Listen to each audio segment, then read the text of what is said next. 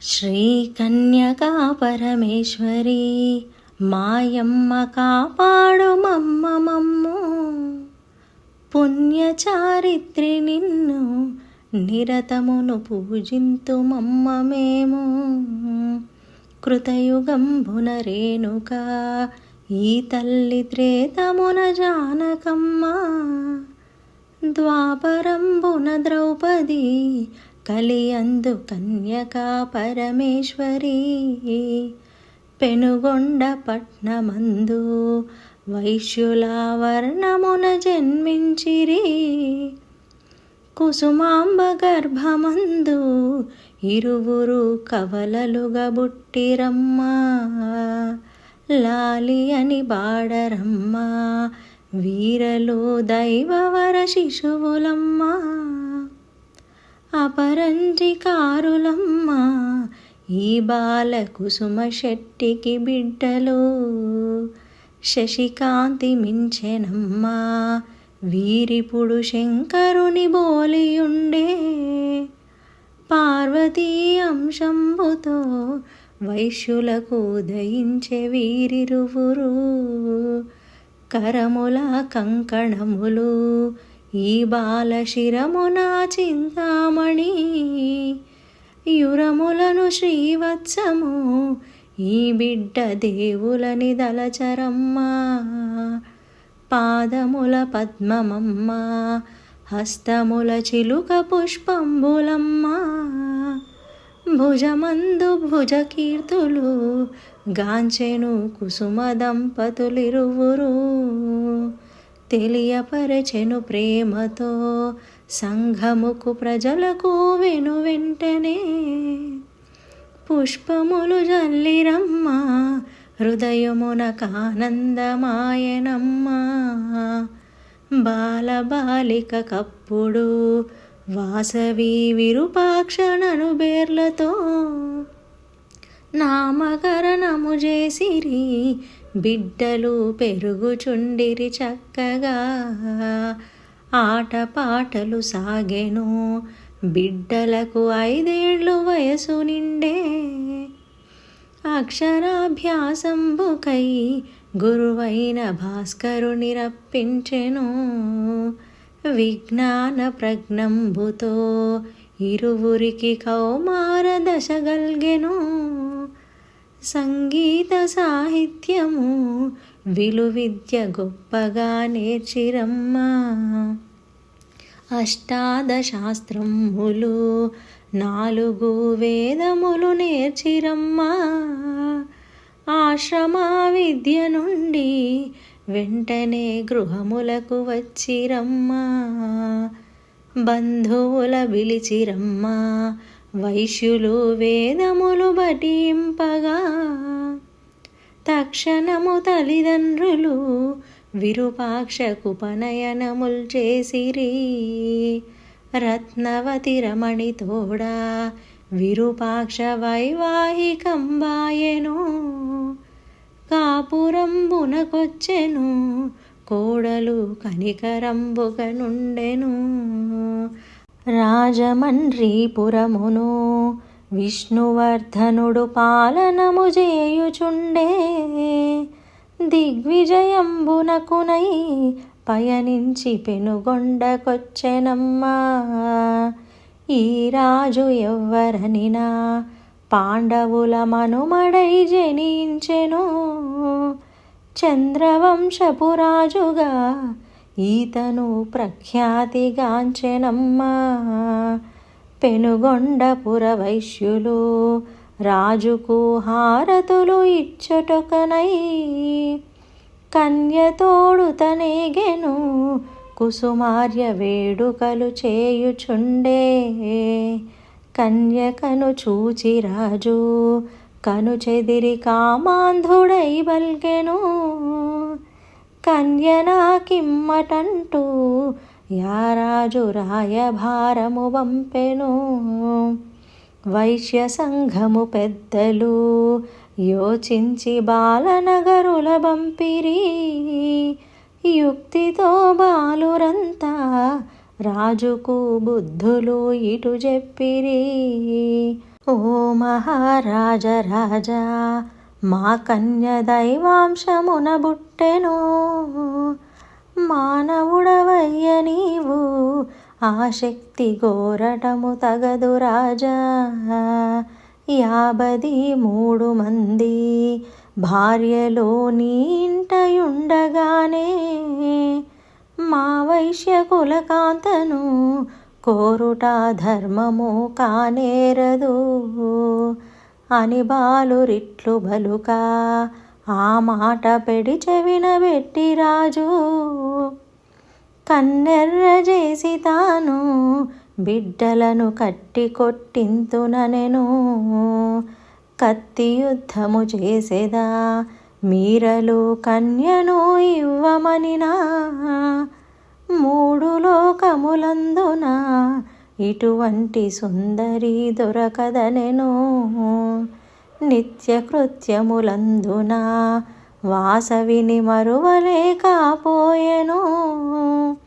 కామాంధకారంబుతో క్రోధముగా బాలురను చూచెనమ్మా.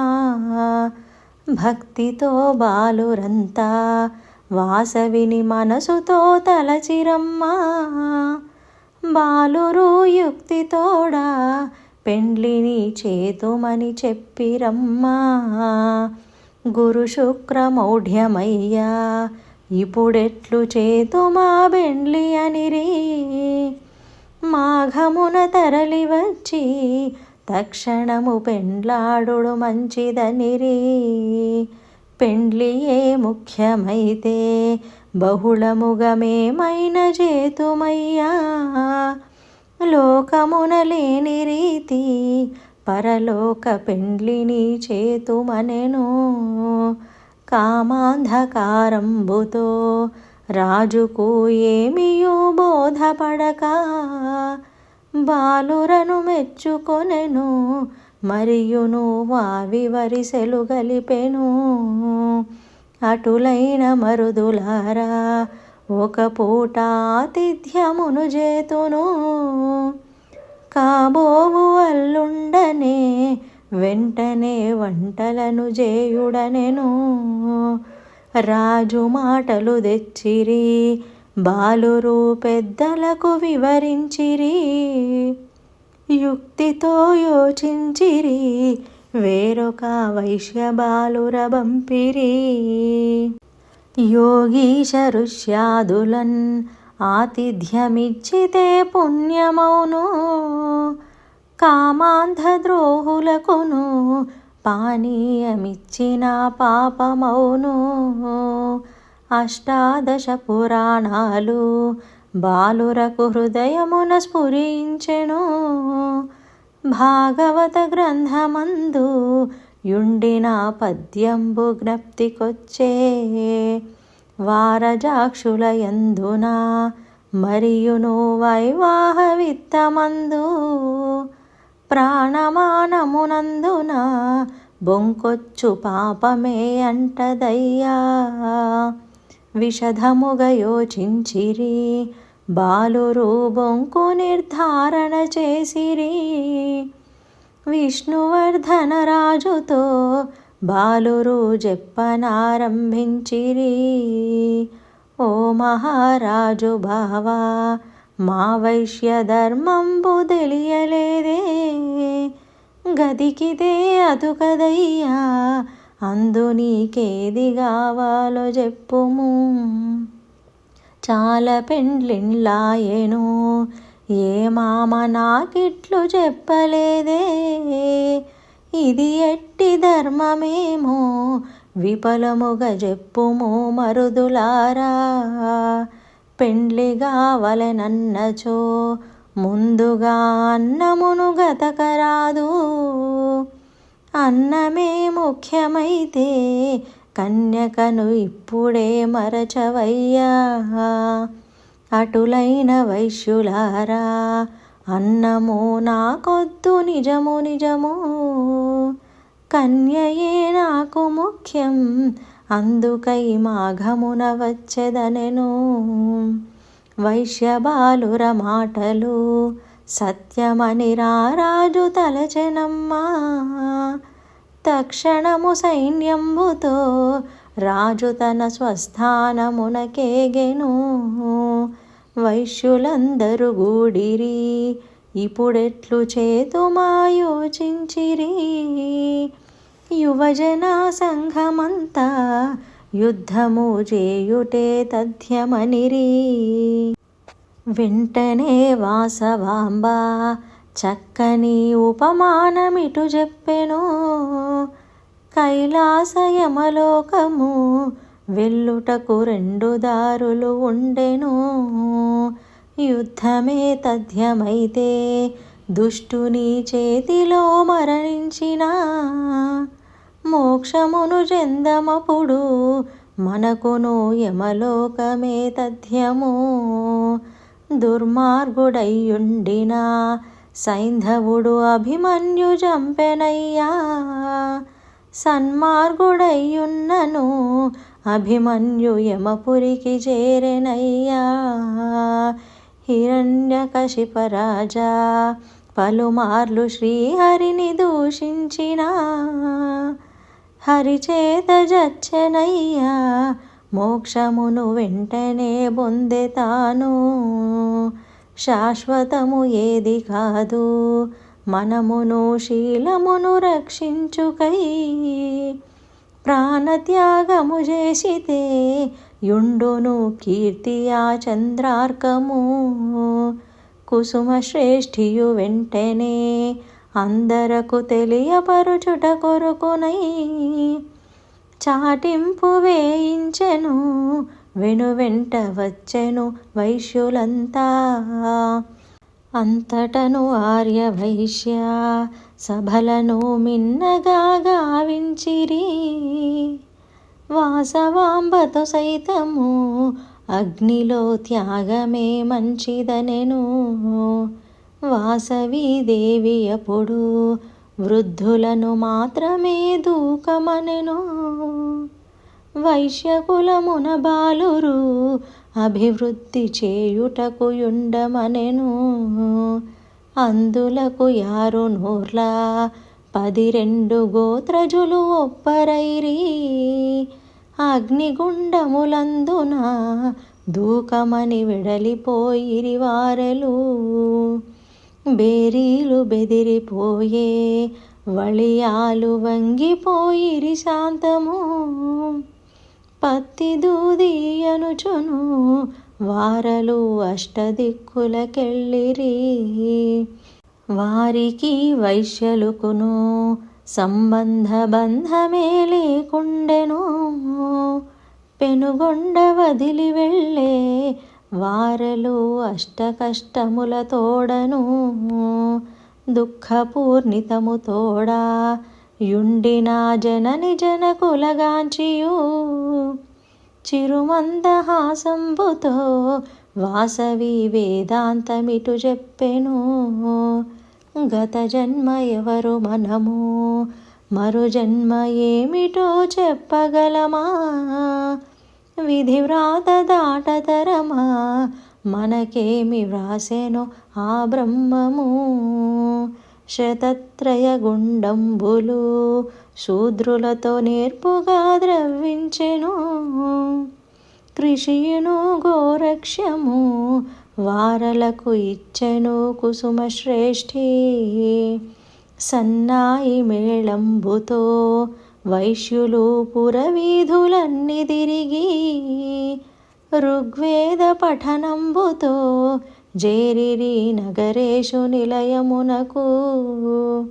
బాలురను పిలిచెనమ్మా వాసవి వారితో ఇటు చెప్పెను. గుండమున దూకగానే వెలసెదను పూజలు చేయుడనెను. ఓ తల్లి తండ్రులారా, నాకిప్పుడు పరిపక్వ దశ గల్గెను. స్వస్వరూపము చూపెదా నన్నిప్పుడు కనులారగాంచరయ్యా. వెంటనే వాసవాంబ భక్తులను ప్రేమతో తిలకించెను.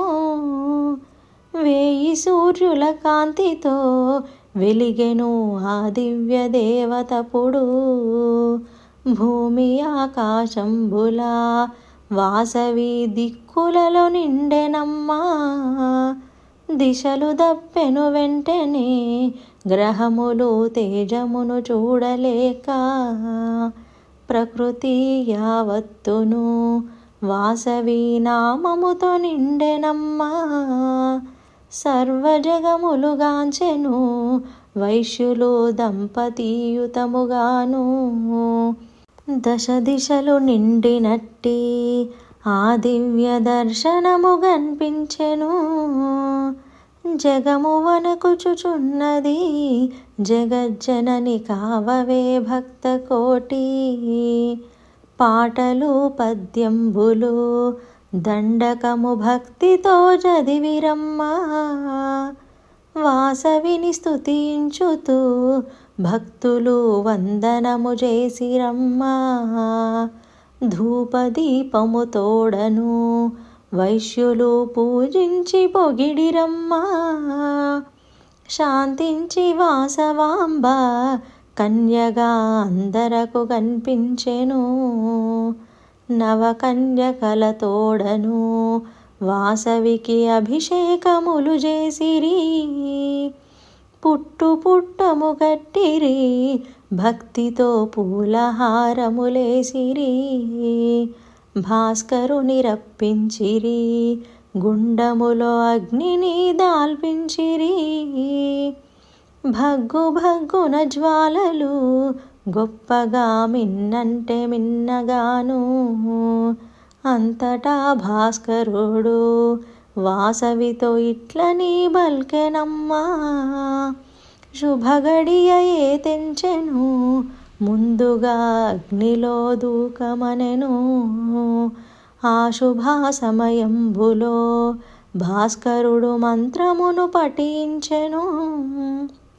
దేవతలు దీవించిరి వెంటనే పుష్పవర్షము గురిసెను. గంధము జల్లిరమ్మా దంపతులు గాయత్రి గాంచిరమ్మా. బ్రాహ్మణులు దీవించిరి పురజనులు పుష్పములు జల్లిరమ్మా.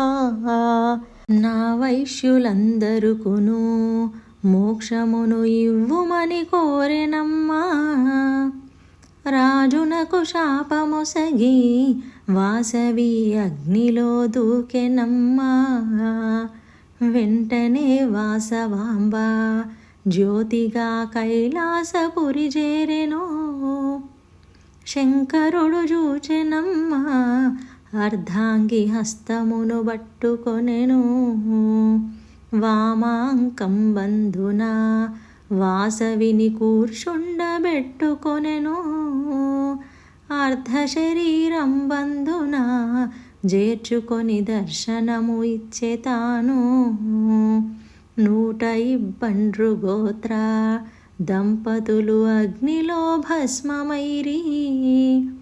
గురువైన భాస్కరుండు బాలురను దగ్గరకు చేర్చుకొనెను. శివ విమానములొచ్చెను శైవులకు స్వాగతము చెప్పెనమ్మా. శంకరుని కడకేగెను వైశ్యులు శూలపాణిని గాంచిరి. విష్ణుదూతలు వచ్చెను వైష్ణవులు విష్ణునే గాంచిరమ్మా.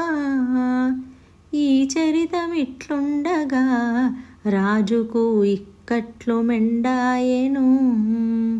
పెండ్లి పెండ్లి అనుచును రారాజు పెనుగొండపురి చేరెను. వెంటనే శాపంబుతో ఇక్కడే తల పగిలి జచ్చెనమ్మా. విష్ణువర్ధన ప్రాణము గంధర్భలోకముకు చేరెనమ్మా. విష్ణువర్ధన పుత్రుడు మంచిగా మైత్రిభావము చూపెను. అతి వైభవంబు నిండే విరూపాక్ష పట్టాభిషేకంబుతో మంగళంబులు బాడిరి అందరూ సంతసము వెదజల్లుచు.